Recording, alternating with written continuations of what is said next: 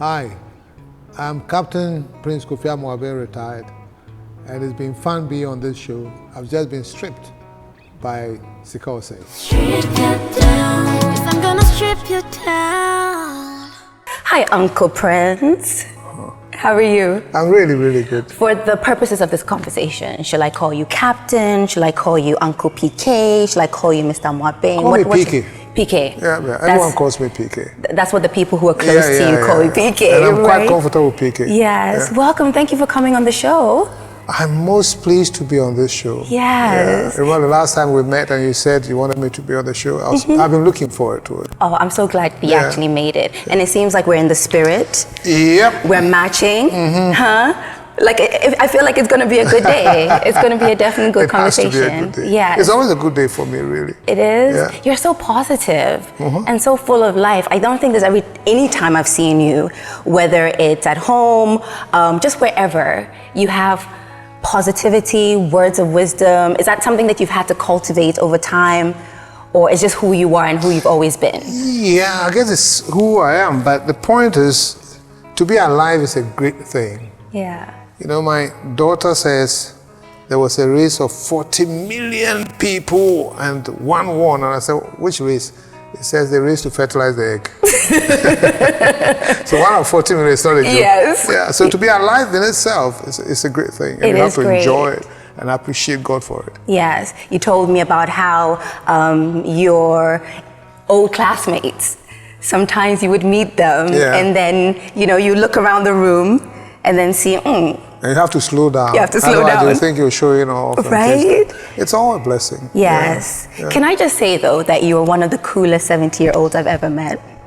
Actually, 71. Okay. Let me put some respect on the 71. Yeah, 1 year is a lot. Yeah. Not just, your outlook on life. It's like your swag, the way you carry yourself, the way you talk. The way you enjoy life. I want to relate to the youth, and I want to have an impact on the youth, and I want the youth to learn the lessons that I've been through, to learn it in a more easier way, because my father used to say that experience can be very expensive, sometimes can even cost you your life trying to acquire experience. But if you have soft ears, you can get it for free.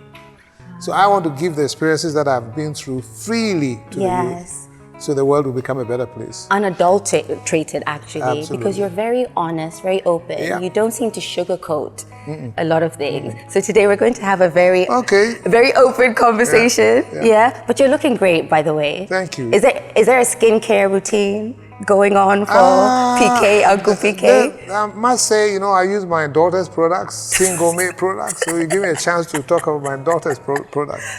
And you need to oil your skin. It's 71 years, it's not going to be the same, so keep it going. And service things and service yourself and keep yourself in shape. So what does that mean by service? Like, can you break that down for us? Service, eat the right food and the right amount, exercise, think positive, and sleep well.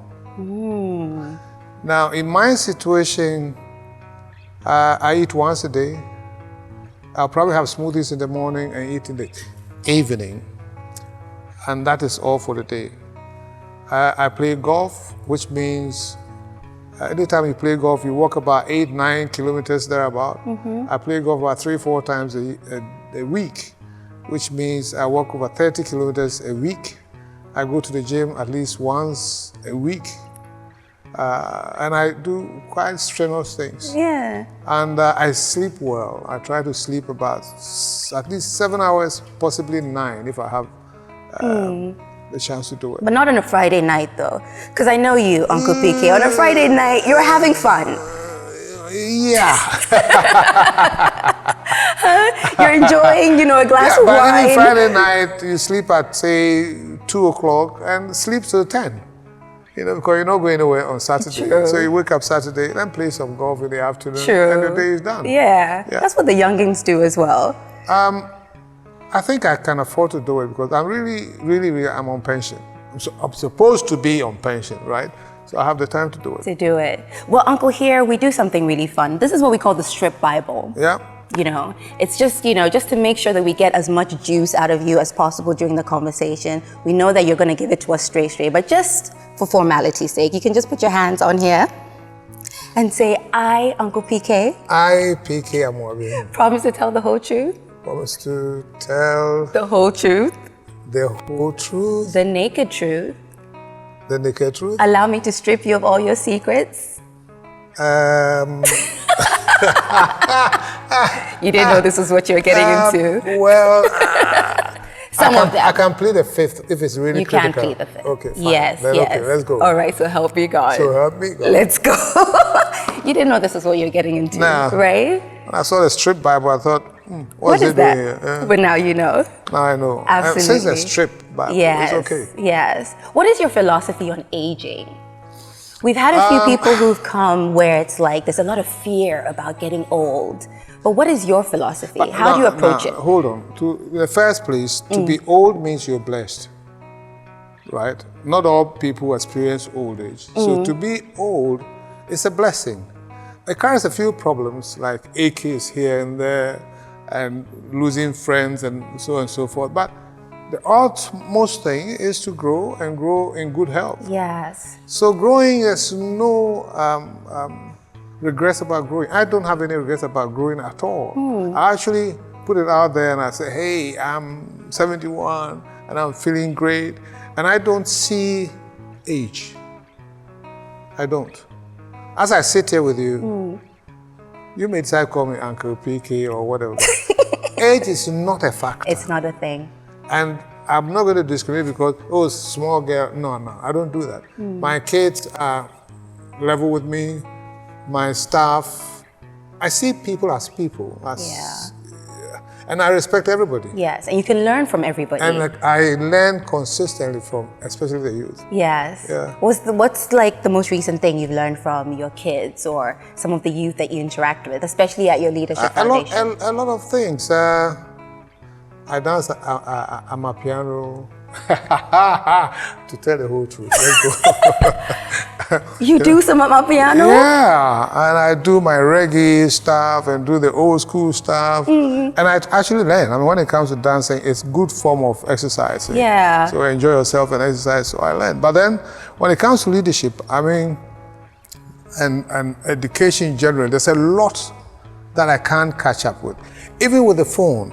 I try to learn a few things on the phone. The next time they move to something else. Now they're talking AI. I try to catch up, but man, it's really, and my age group, you need to put a lot more effort because it's not our generation. Yeah. The youth, I mean, when I have a problem with the phone, I toss it to my daughter or to my son. She sorts it out. So that he will look at me like, man, so are you all right? It's so simple. Why can't you do it? You know, and I will tell you, don't just fix it.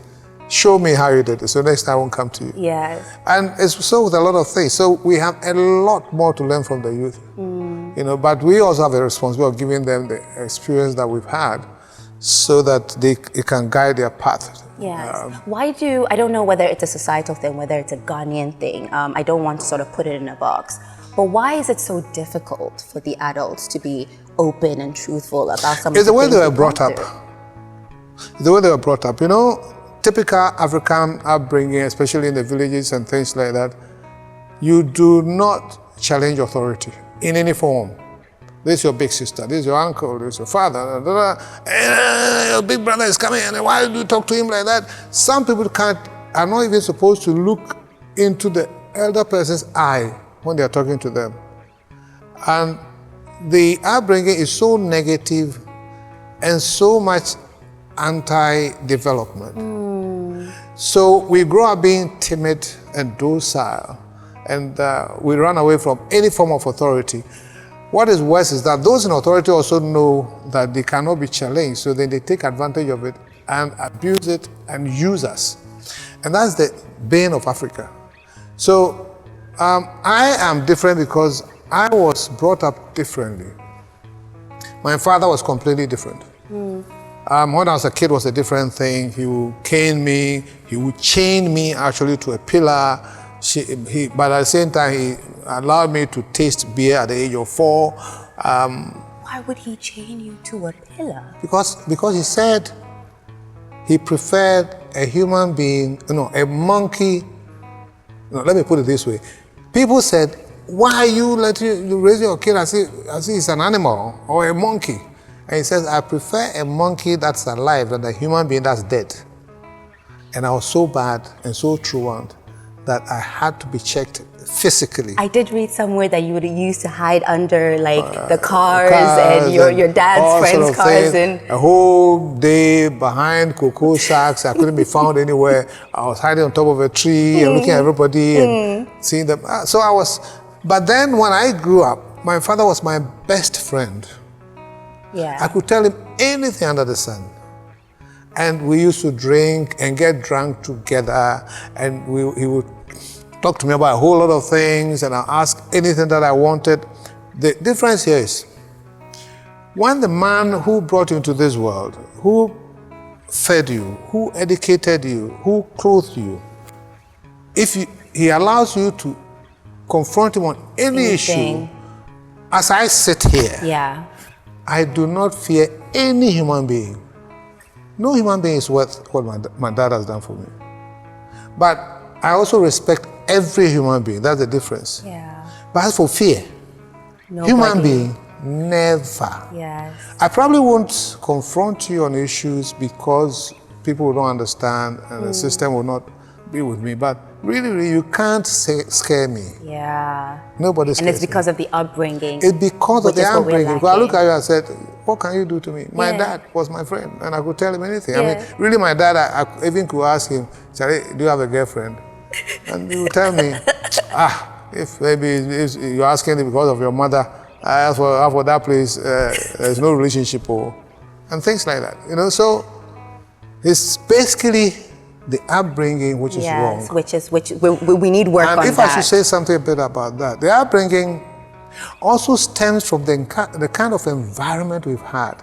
And the environment, as in, I always have this pet topic of talking about the African and the environment of abundance that God gave us. And therefore, we shaped our traditions, cultures, and therefore upbringing and things like around abundance.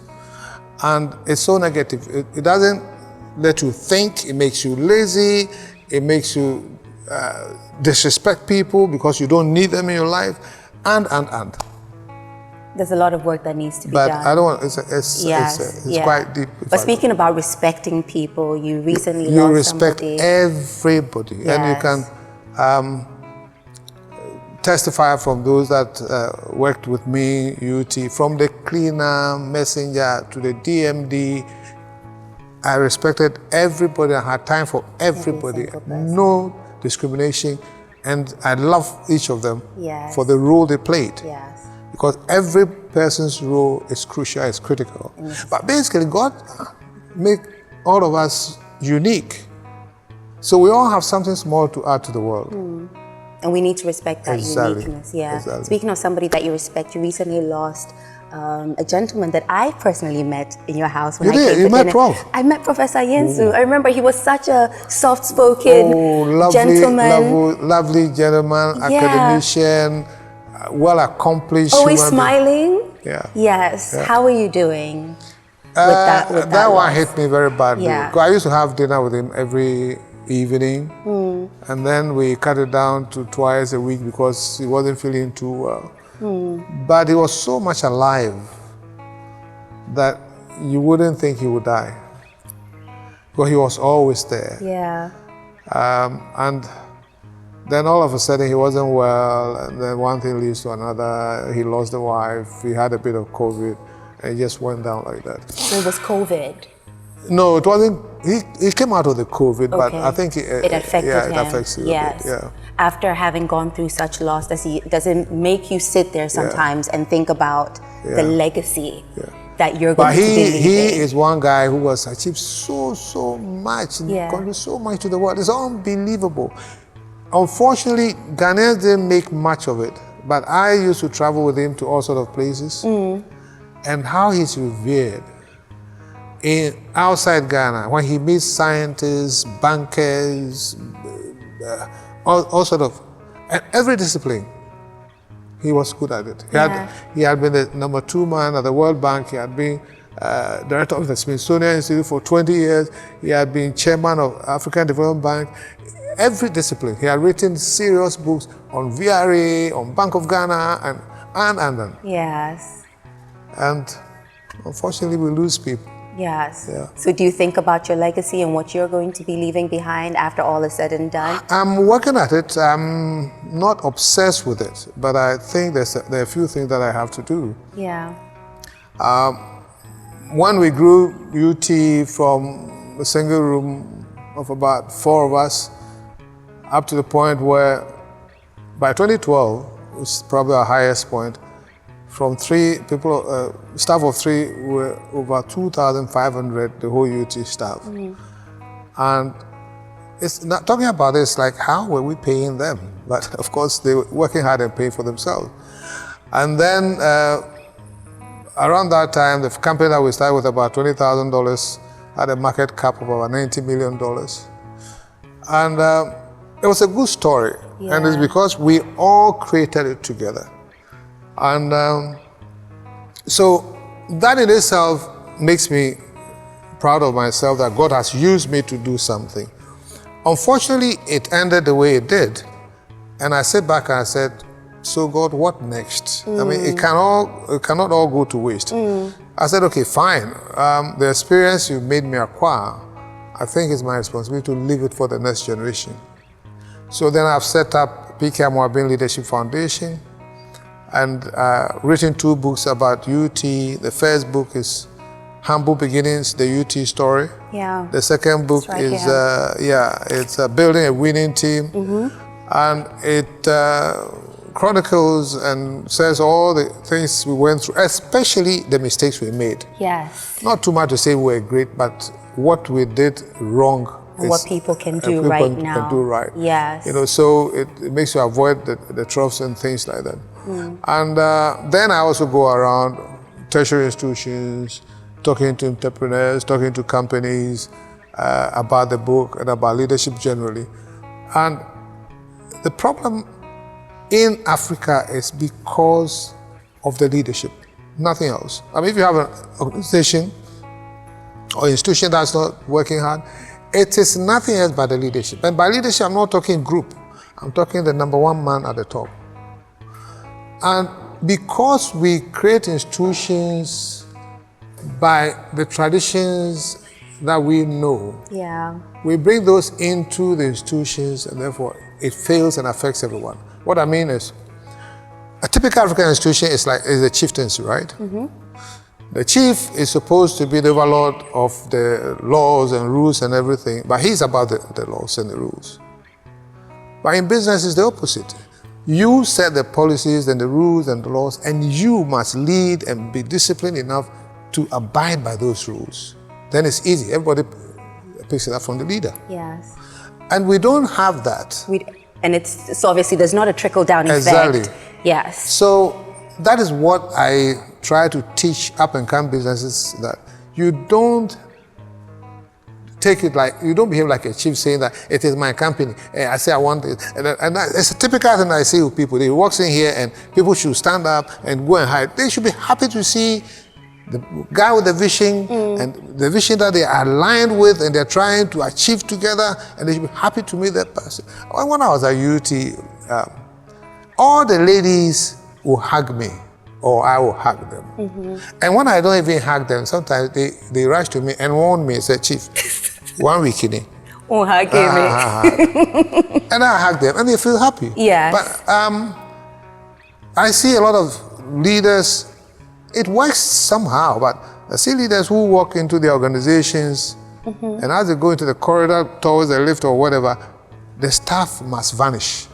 But the approach that you had, where you can actually go into a corporate space, you know, because there are a lot of things that govern corporate behavior. And you go into a corporate space and you can actually hug all the young, you know, the guys, girls, whatever, and the freedom that you had with them sometimes can be misconstrued. That is right. Yes. That is right. So maybe some people take that approach because they don't want any problems. You have to be yourself in the first place. But the other side is, if you go against the policy Yeah.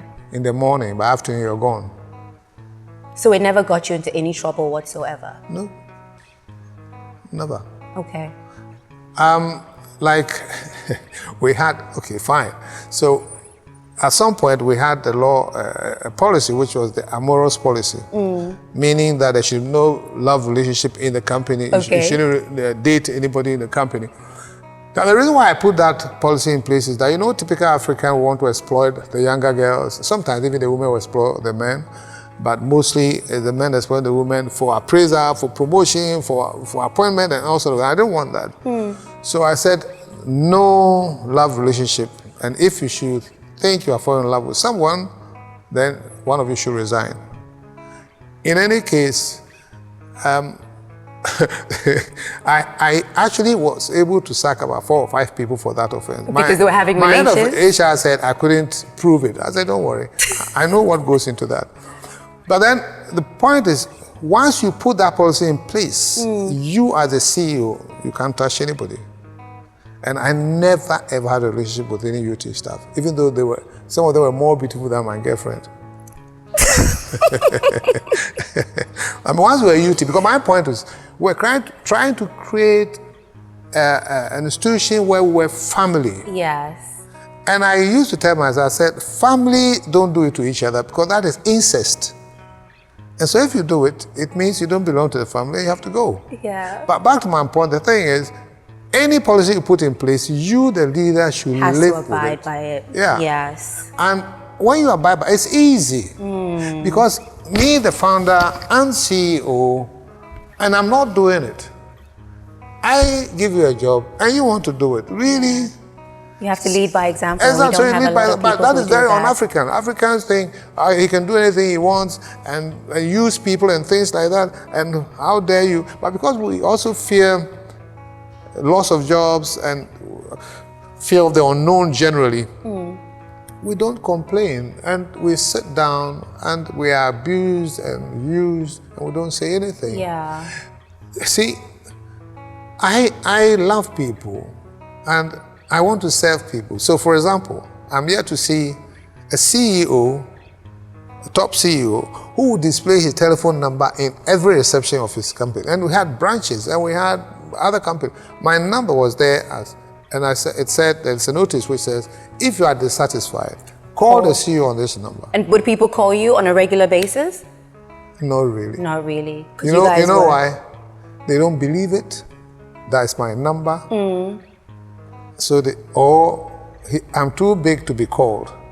But the few people who called, which wasn't very regular, I will solve the problem either whilst I'm on the phone, or I will report back or make sure that the problem is resolved. Yeah. It helped because if you went to, say, the banking hall, and for some reason you're being delayed, and you raise your head to look at the number, they call you and say, come. What's your problem? What's your problem? They don't want the boss to be called. But the other aspect is that people, because they didn't believe it was my number, for example, some guys will call and say, so who is this? And I said, well, you don't call someone and say, who is this? I mean, what do you want? He said, no, I want to be sure. Is that Mr. Amoabeng? I said, yes. He said, hey, I call you a tofu. And that's all. They don't need anything. You put the phone down. So it's a culture thing. It's a culture, but we have to break it. Because, see, the biggest disadvantage is because we do not, or we can't hold leadership or authority accountable, they then abuse the position. And we suffer for it. Yeah. We need to stand up to them. But as soon as you try to stand up, say, and then they let the leadership do what they want. Back to my point, everything depends on the leader. Yeah. And nowhere else. And nowhere else. Totally understand. You say, this is the way we're going, you lead the way, you sanction those who don't. And it's not about family, it's not about party, it's not about chieftaincy, it's not about pastor. It is the law and it applies to everybody evenly. Yes. You must be crazy enough to do that. Yeah. So that's the legacy you want to leave, that you were a leader that led by example. Whilst I was UT, I had to let my brother go, I had to let my director go, I had to let my cousin go, I had to let...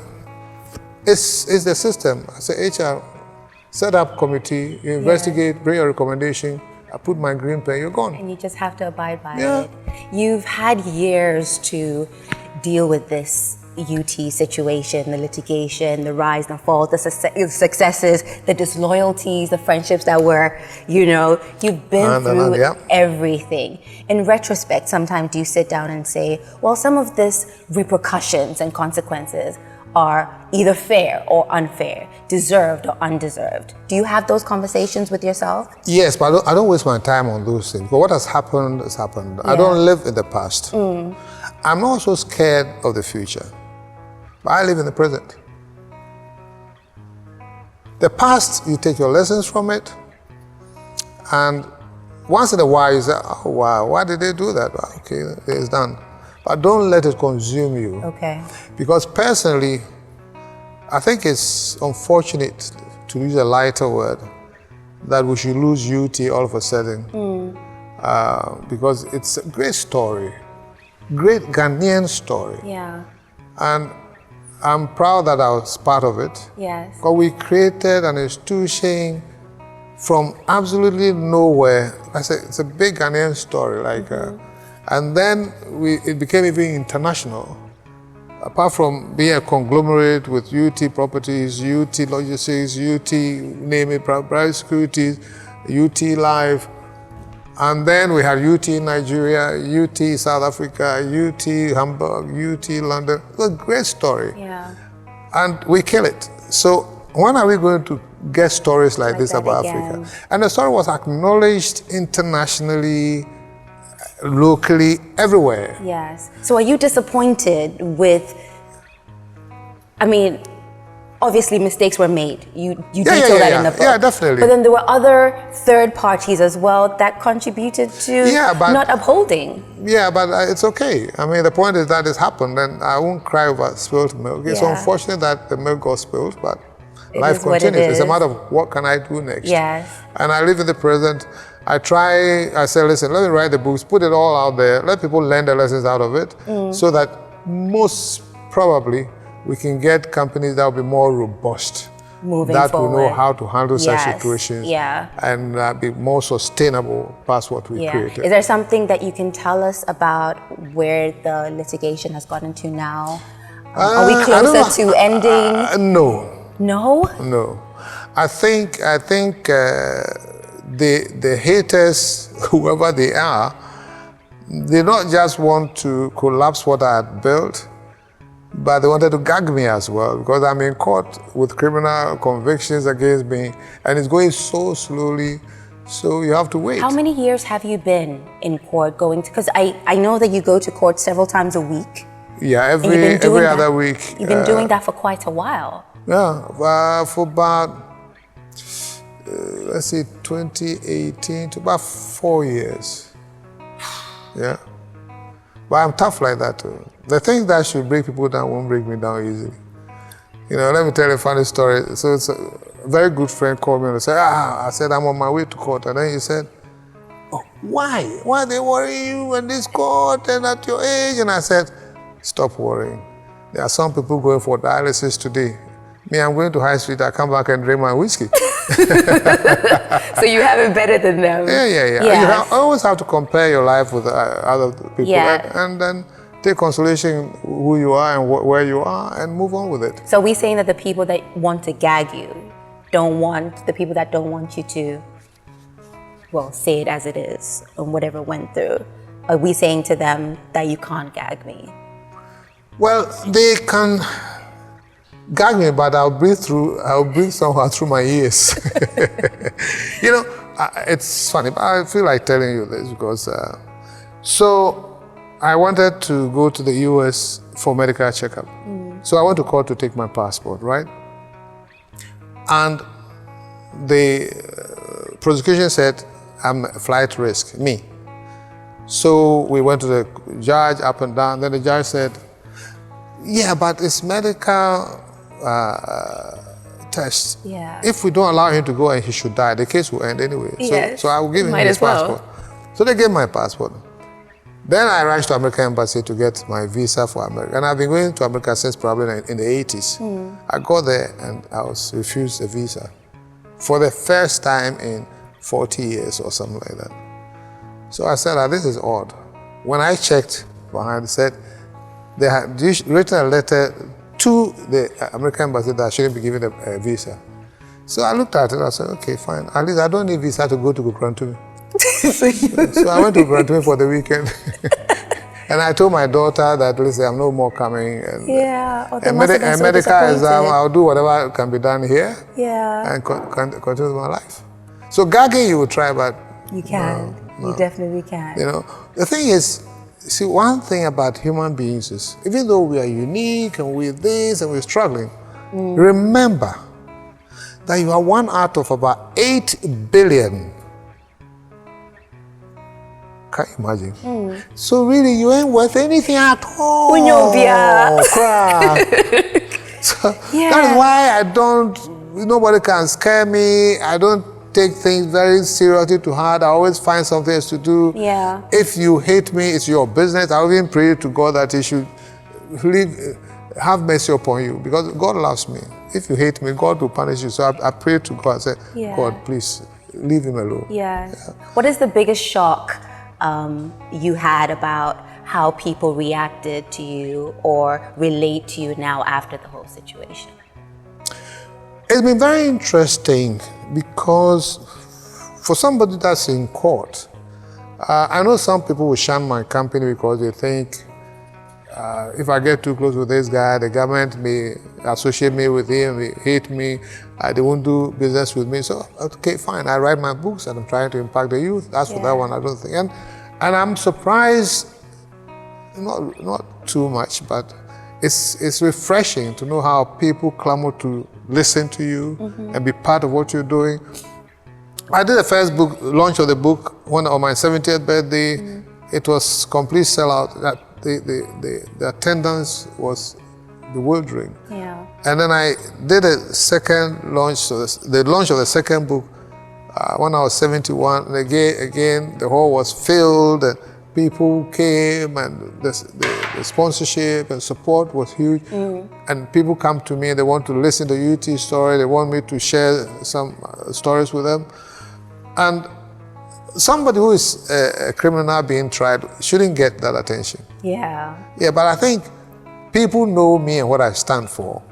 And they also know the stuff that's going on, whether it's politics or whatever. So they still believe in what I stand for, and I'm happy for that. Yeah. And if some people don't like me and they want to work again, they are headache. I go to bed and I sleep and I don't think about them. You sleep very well. I sleep very well. I want to get into how this has impacted your personal philosophy on life, right? But before we do, there's a question that I've always wanted to ask you. Especially us, the youth in the creative industry. Especially us, yeah. Us, the youth. Yeah. Now you're talking. Especially us, the youth, in the creative industry, or just generally people who are trying to, break into the business space, the entrepreneurial space, whatever. The issue of venture capitalists and that opportunities that are available in Ghana. Are there? If so, how do we access them? How do we go about it? How do we get people to believe in our dream and support us in achieving it? That's a tough one. It's a tough one because we need help. I know. It's a tough one because people will just discriminate against you because, isn't that something? And not just that. With the creative industry, it's difficult for bankers and financiers to see the worth in what you do. I mean, they normally want as a collateral and do cash projections. Here you are, you can't even be certain about cash projections.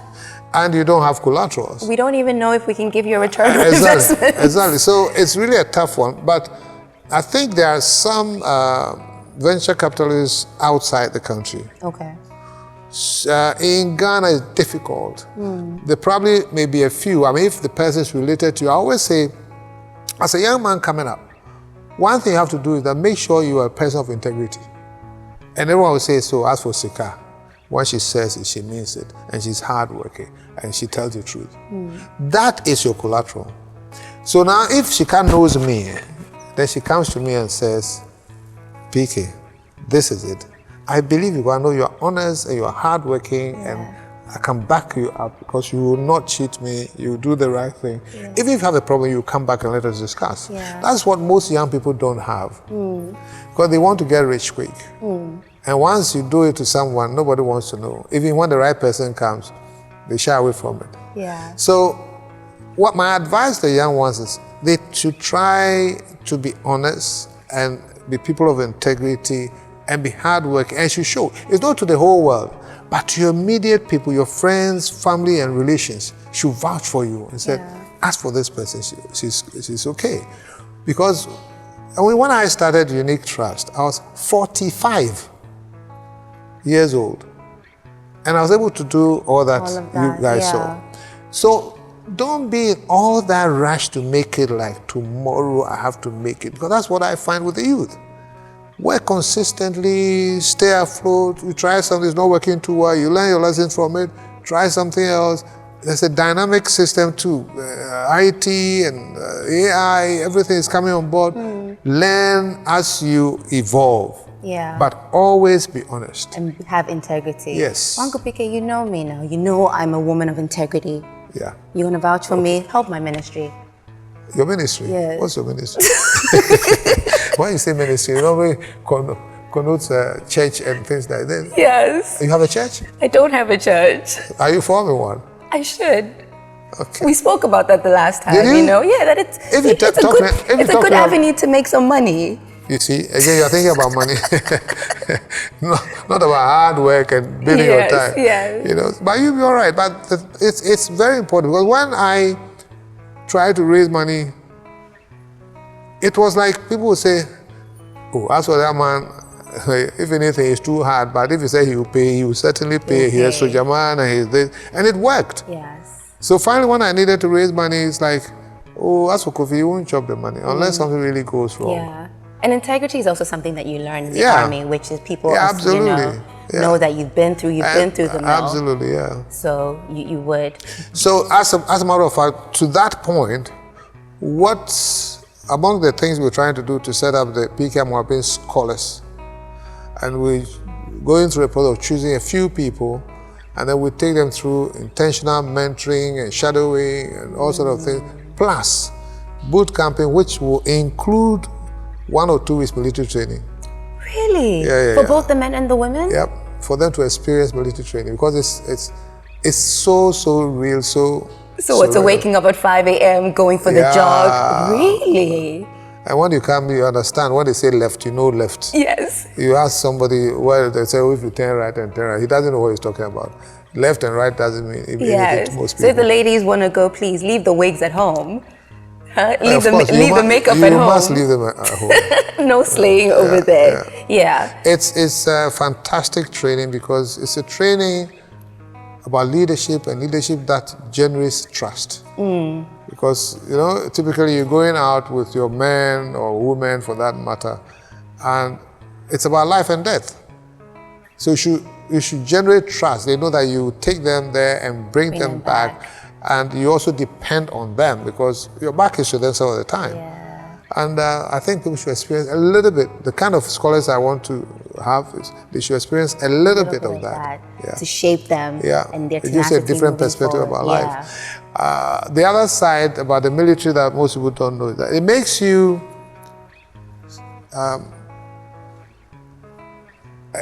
it doesn't make you a wealth-seeking person, if I should put it that way. In the military, you have very limited possessions. When you see someone with the backpack, have a sack as we call it, that is wealthy possessions. Yes. So you don't become materialistic. Exactly. Yes. You know, I tell people that I have 1 shoe and have 1 watch. That's where it's coming from. I don't need 2 shoes. I don't need 2 watches. But do you really have 1 watch and 1 shoe? I have 1 watch, and I have, like, I'm wearing some loafers now, but anytime I must dress and go to work or go to any function, is that 1 shoe. 1 shoe that you wear. Yeah. Interesting. How has it impacted your life philosophy? Having gone through everything I think that my you've life philosophy is very, very clear. Yes. We've been put here if you don't want to say God, by nature. Otherwise, God has put you here. He must have a purpose. So he's thinking, let me put this one here in my creation with these special, unique features, family, whatever, and that person should turn out like this to solve these problems for me. That is the creator's mind. Find it and do it right. Yeah. But in the process, and the creator has too many, he has 8 billion human beings. He can decide he won't even need you anymore, he will use somebody else. So don't feel too big, and you must be humble about it. Yeah. And respect everything that is part of creation. Yeah. Because it's not yours, and you are just a wee tiny little bit of creation. Yeah. Don't destroy other creatures. And make it count whilst you're here, right? Exactly. You want to make it count, but be humble about it. You speak about the theory of abundance. Yeah. And I think you touched on I touched on it a wee bit. I know it's very extensive, you know. How does that impact your personal life when it comes to abundance? Yes, we have a society that becomes lazy because we have this, you know, this theory in mind. So when it comes to me, yes, being aware of that means I should behave differently. I should think about the situation, evaluate it, and behave different from what a typical black man would behave. Interesting. Yeah. Okay. Because a typical black man will look down upon subordinates, will look down upon kids, yes, will look down upon people who are poor, yes, because they don't have any use for them. They think they are there. So constantly I remind myself I must respect everybody because everyone is God's creation. Yes. So that is how I try to check myself. And really, you see, when you pray and you are asking for things, God will mind you. You pray because you want to become a better person so you can cause a change. So you are praying to change you, to go by God's ways so you can change things around you. Yeah. It's not that, now God give me money, he will give you. No. Yes. But if you need money and you pray that you should be a good person, respecting people and responding to nature's problems and things like that, in the process you get the money. Yes. Because after all, being an entrepreneur means finding solutions. Did you pray for a huge family? Where did that come from? I didn't. You didn't? Huh? Did you pray for a huge family? No, I was young at the time when I started having children. And so I was having fun. You were having fun. I was having fun, yeah. and then the kids were coming. And I didn't know that it was going to be a hectic time paying school fees. Because in my later years, I was paying fees like hell. Right. Yeah. But the point is that if you cause someone to come to this world, you have a responsibility. You have to take care of them. Exactly. Have you heard of Nick Cannon? Who? Nick Cannon. Who's Nick Cannon? So Nick Cannon is an African-American celebrity who, I think he's clocked his 11th child right now. And he just has this will to procreate. I know Ghanaians who are doing worse than him, so what are you talking about? But how bad are you doing? No, I'm not doing bad. I'm being great. How many I've kids? had 9 kids. 9 kids? Yeah. 9 kids. Yes, Yeah. and okay, so 9 kids when you started, when did you start having these kids? I remember I saw the Bible. 1970. Wow. So they're grown. Oh, yeah. A lot of them are grown. I have a kid who is over 50. Yeah. No way. Check me again. Check. Huh? Yeah, wow. yeah. So these kids were obviously had... But I have friends too who are in their 30s. Yes. Friends, and I call them my brother. I don't see the difference. You don't see the difference. I remember I was with one of them recently, and I said, oh, my son, he's 50 plus. I said, hey, uncle. I said, since when do you start calling me uncle? It's always been Kofi and things like that. Yeah, but once you hear that you have a 50-year-old, then it changes the situation, right? What is your philosophy on marriage? And we've spoken about this before, because you've had quite an extensive, my philosophy on marriage is very clear. It's ordained, according to the Bible, ordained by God, which is for those who believe in that. But one thing is, it's good for a man and a woman to try and live together. But women are smarter than men. Why? You surprised? You know that? No, I'm not. Women are smarter than men. Yeah. And they have this, what I call a sixth sense. They see beyond what men see. And so if you're a man and you partner with a woman, if you let a woman trust you, you are a winner. You'll be protected, you'll be safe, you get on well in life and everything. If you make the woman trust you, she'll be there for you, she'll protect you, and she'll take care of you, take you out of all kinds of trouble. But be careful. If she loses the trust and she will not leave you, then you are in hell. Because if she loses the trust and you separate, you're okay. Yes. Then I think she's gone. Okay. But she loses the trust, but for some reason she decides to stay with you, you are dead. So for those who want to get married, examine yourself and stay true to the woman. Interestingly enough, the woman can take a bit of nonsense. They know you are carrying on, but so long as they feel that you are the madam, they can excuse a whole lot of things. One of the big things that women don't like is to bring a kid to the house. True or false? Uncle's like, I'm speaking from experience. Tell the whole world, actually. But even that, they can forgive you. If you let them believe that you've changed completely and so on and so forth. Then when they start believing you, another child. So, marriage is a good thing, but you must work at it and put an effort. Yeah, and don't think the women don't see what you do in the dark side. They see it. I mean, they look at you and it's like as soon as you walk out of the house or walk back in the house, they know what you've been up to. But it seemed like you enjoyed the institution of marriage. There was something about it that you enjoyed. Yeah, but I couldn't keep it. Because I wasn't good enough. It's simple. Why would you say you were not good enough?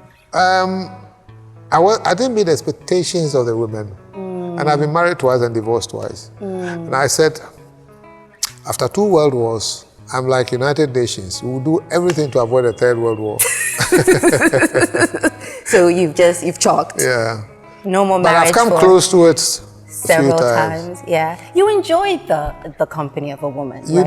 You do enjoy it, but then you have to be prepared to lose a lot of so-called freedom. And that was something now you're not willing to lose that, right? Now it's okay. It's okay. They should leave me alone. So when you say they should leave you alone, does that mean, Uncle PK is now on a single tip, or I mean, are you dating? You can never. Are you dating? Yeah, you got to do something. You got to do what? do. Yeah. So yeah. I'm quite virile, and I still enjoy myself as a young man. Yes. I hope you if you don't get it, forget about it. What is it about the company of a woman that you enjoy?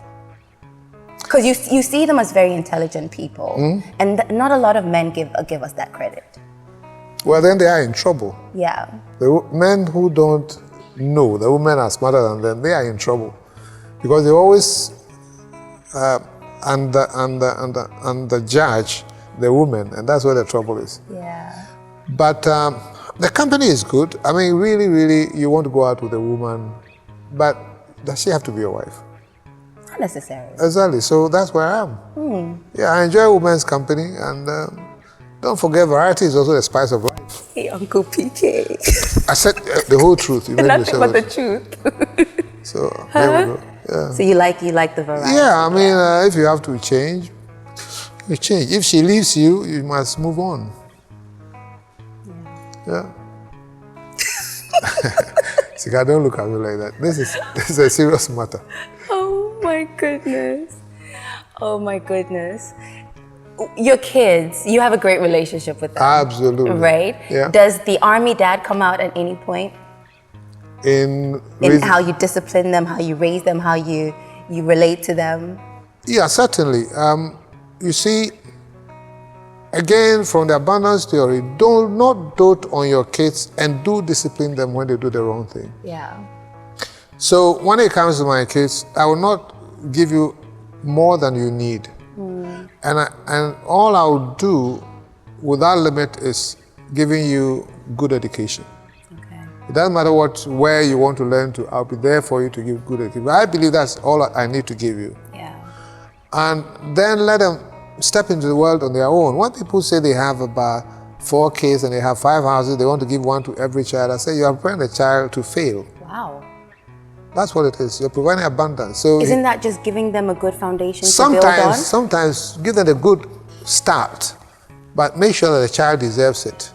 Yeah, that they really want to take life on, but they need a bit of push, then that's fine. But otherwise, you find children of so-called people who have made it doing drugs and going wayward and all that. It's because of the abundance. Yeah. So I with my kids, I mean, they know I'm strict. For example, my kids will not do piercing. They will not do tattoo. They will not do dreadlocks. Hey. Not that I've said they should. Can they do a braid back? Not that I've said they should do or they can't do, but they can't. They just feel, don't go there with this kind of stuff. Yeah, that's how.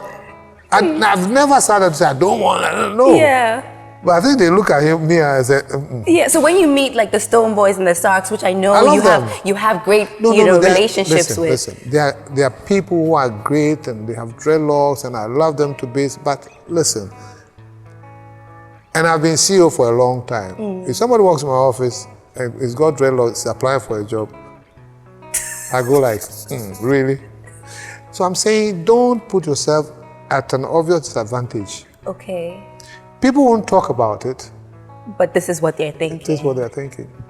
Interesting. It's a new world now. The new world, LGBTQI, is a new world. So it's not everything that the new world is throwing at us that we have to imbibe. Okay. So basically, I'm quite a conservative in most things. I don't want to surprise people. I want people to know that this is the way I am. Yeah. And it is, deal with it. It is me.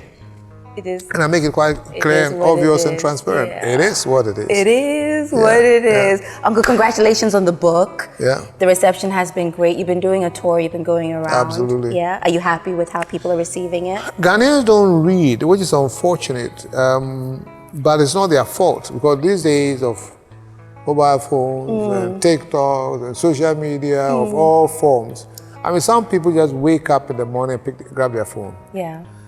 Even when they are eating, they are on their phone and looking things. So for them to put the phone down and read this volume, It's tough. Yeah, it's tough for most people, except that you have to cultivate the habit of reading to expand your vocabulary, to learn the lessons in the book, and so on and so forth. So that's what we've been dealing with the students and the young entrepreneurs. But one thing that we're trying to do is we discounted the books and we're getting some corporate sponsors to also support us and sponsor us so we can give the books at a very low price rate. or sometimes even free to some of the students and things like that. Yeah, but isn't that even a prerequisite? But again, when it's free, you just take it, you probably won't read. Again, abundance. They don't value. You don't value. So maybe when we see somebody who is prepared to pay 50 cedis, a student wants to pay 50 to buy a book, you would actually give probably it to them. look at giving it to them. Yeah. Before you go, I want to do some rapid, fire questions, just to get to know you a little bit more. So outside of the business and the leadership talk, and obviously, dealing with all the hullabaloo with UT Bank and everything, which you're doing so gracefully, by the way. Tell us, you golf. That's what you do for fun, right? Yeah. That's my passion. Yeah? play a lot of golf. So apart from golfing, what else are your hobbies? Basically golf. Just golf? At my age, you don't do a lot of hectic things. You take it easy once in a Don't while. want to break a hip? No. No. But basically golf. And I spend some time on social media too. Yeah? So, Are you on TikTok, Instagram? Are you threading? Yeah, I think we have some following, which I found a bit, I think about 50,000 on Facebook and some 15,000 or 20,000 on Instagram. That's a lot. And for a business person, it's really a lot. Yeah. Yeah, because we are not influencers or anything, but people find it interesting to follow the story. Yeah. And so I am on social media. Yeah. Before you go though, you have to show me the Amapiano dance that you learned. So just start. If you play the right Amapiano we will song, play the right Amapiano. play the right Amapiano. We'll put something see, on. you don't get out to dance. Yeah. The music should move you. No, you do it on the seat, so you don't have to do too much moving. We don't want you to tire yourself. Well, it depends on the kind of music. I mean, there are some people who are good dancers when they are sitting down. Yes. Are you one of them? But as soon as they stand up, So which one are you? Are you when you me stand? real stuff, man. You're boogie down. I do standing. Okay. All right. Do you play any instruments? Nope. Nothing? Do you sing? I can sing, but talking about instruments, see, when I went to the side of college, you should have asked that. Yeah. And you know, we had the dance groups and the bands and things like that. And I tried to play the bass guitar, and I was trying to get it, but anytime we try to play a song, and it gets exciting, I forget that I'm contributing to the song. Then they say, hey, Kofi, hey, play, and then I couldn't. So the dancing and listening bit, yes, but not playing. And not playing, but the singing too, you try Singing, once in a I while. try, but again, when I get excited, then I forget. Yeah? What is on your Spotify list right now? What is on your playlist? Because I know you love music. Yeah. What do you mean by what's on my Spotify list? Like, what are you listening to at home, in the car? I listen to my piano. I Okay. listen to Sarkodie, which is my body. Yeah. I listen to gospel music. I love it. Dana Hamilton and the rest. I like jazz. I listen to everything. Yeah. I think it probably depends on the mood. Yeah. And then, but when I'm driving I'm traveling, I want my piano in the background. Wow. So who's your favorite Amapiano artist? I don't even know their names. Asake. I don't know their names. Actually, is Asake Amapiano? Young people, help me out. No. A little bit, right? Yeah. A little bit. Okay, but then the South African ones as well. Yeah, absolutely. Okay. All right. And I've been hearing some Ghanaian Amapianos too. Who I don't know who they are, but they speak Ga in it. is it?